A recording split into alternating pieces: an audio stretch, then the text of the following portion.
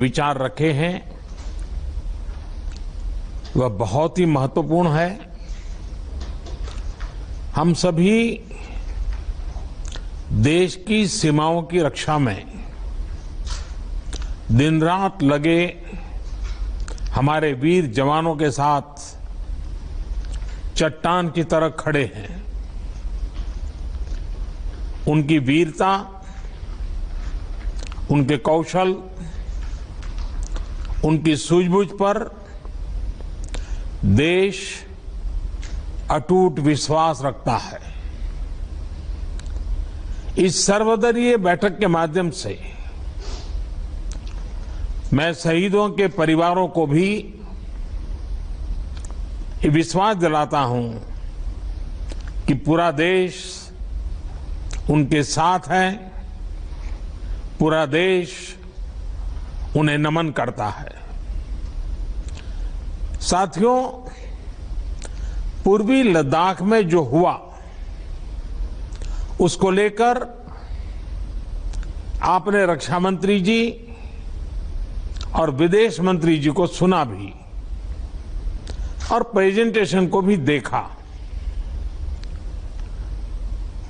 न वहां कोई हमारी सीमा में घुस आया है, न ही कोई घुसा हुआ है, न ही हमारी कोई पोस्ट किसी दूसरे के कब्जे में है। लद्दाख में हमारे 20 जाबाज शहीद हुए, लेकिन जिन्होंने भारत माता की तरफ आंख उठाकर देखा था, उन्हें वो सबक सिखा कर गए हैं। उनका ये शौर्य, ये बलिदान हमेशा हर भारतीय के मन में अमिट रहेगा। साथियों, निश्चित तौर पर चीन द्वारा एलएसी पर जो किया गया है उससे पूरा देश आहत है, आक्रोशित है। ये भावना हमारी इस चर्चा के दौरान भी आप सबके माध्यम से बार बार प्रकट हुई है। मैं आपको भी आश्वस्त कर रहा हूं कि हमारी सेना देश की रक्षा के लिए कोई कसर नहीं छोड़ रही है। डिप्लॉयमेंट हो, एक्शन हो, काउंटर एक्शन हो, जल थल नभ में हमारी सेनाओं को देश की रक्षा के लिए जो करना है वो कर रही है। आज हमारे पास ये कैपेबिलिटी है कि कोई भी हमारी एक इंच जमीन की तरफ आंख उठाकर भी नहीं देख सकता। आज भारत की सेनाएं हर सेक्टर में एक साथ मूव करने में पूरी तरह सक्षम है। ऐसे में हमने जहां एक तरफ सेना को अपने स्तर पर उचित कदम उठाने की छूट दी है, वहीं दूसरी तरफ डिप्लोमेटिक माध्यमों से भी चीन को अपनी बात दो टूक स्पष्ट कर दी है। भारत पीस और फ्रेंडशिप चाहता है, लेकिन अपनी सॉवरेनिटी की रक्षा हमारे लिए सर्वोपरि है और आप सबने भी इसी भाव को प्रकट किया है। साथियों, बीते 5 वर्षों में देश ने अपनी सीमाओं को सुरक्षित करने के लिए बॉर्डर एरिया में इंफ्रास्ट्रक्चर डेवलपमेंट को प्राथमिकता दी है। हमारी सेनाओं की दूसरी आवश्यकताओं जैसे फाइटर प्लेन्स, आधुनिक हेलीकॉप्टर, मिसाइल डिफेंस सिस्टम आदि पर भी हमने बहुत बल दिया है। नए बने हुए इंफ्रास्ट्रक्चर की वजह से खासकर एलएसी में अब हमारी पेट्रोलिंग की कैपेसिटी भी बढ़ गई है। पेट्रोलिंग बढ़ने की वजह से अब सतर्कता बढ़ी है और एलएसी पर हो रही गतिविधियों के बारे में भी समय पर पता चल रहा है।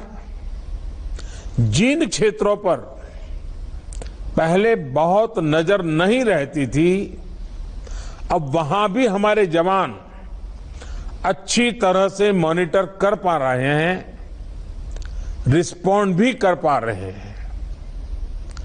अब तक जिनको कोई पूछता नहीं था, कोई रोकता टोकता नहीं था, अब हमारे जवान डगर डगर पर उन्हें रोकते हैं, उन्हें टोकते हैं।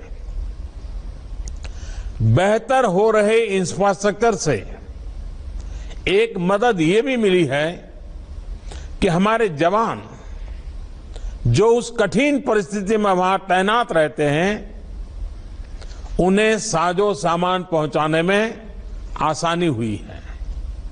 साथियों, राष्ट्रहित, देशवासियों का हित हमेशा हम सभी की सर्वोच्च प्राथमिकता रही है। चाहे ट्रेड हो, कनेक्टिविटी हो,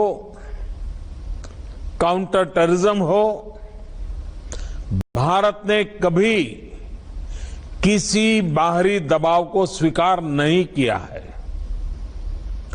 राष्ट्रीय सुरक्षा के लिए जो भी जरूरी कार्य है, जो भी जरूरी इंफ्रास्ट्रक्चर का निर्माण है, उसे इसी तरह तेज गति से आगे भी किया जाता रहेगा।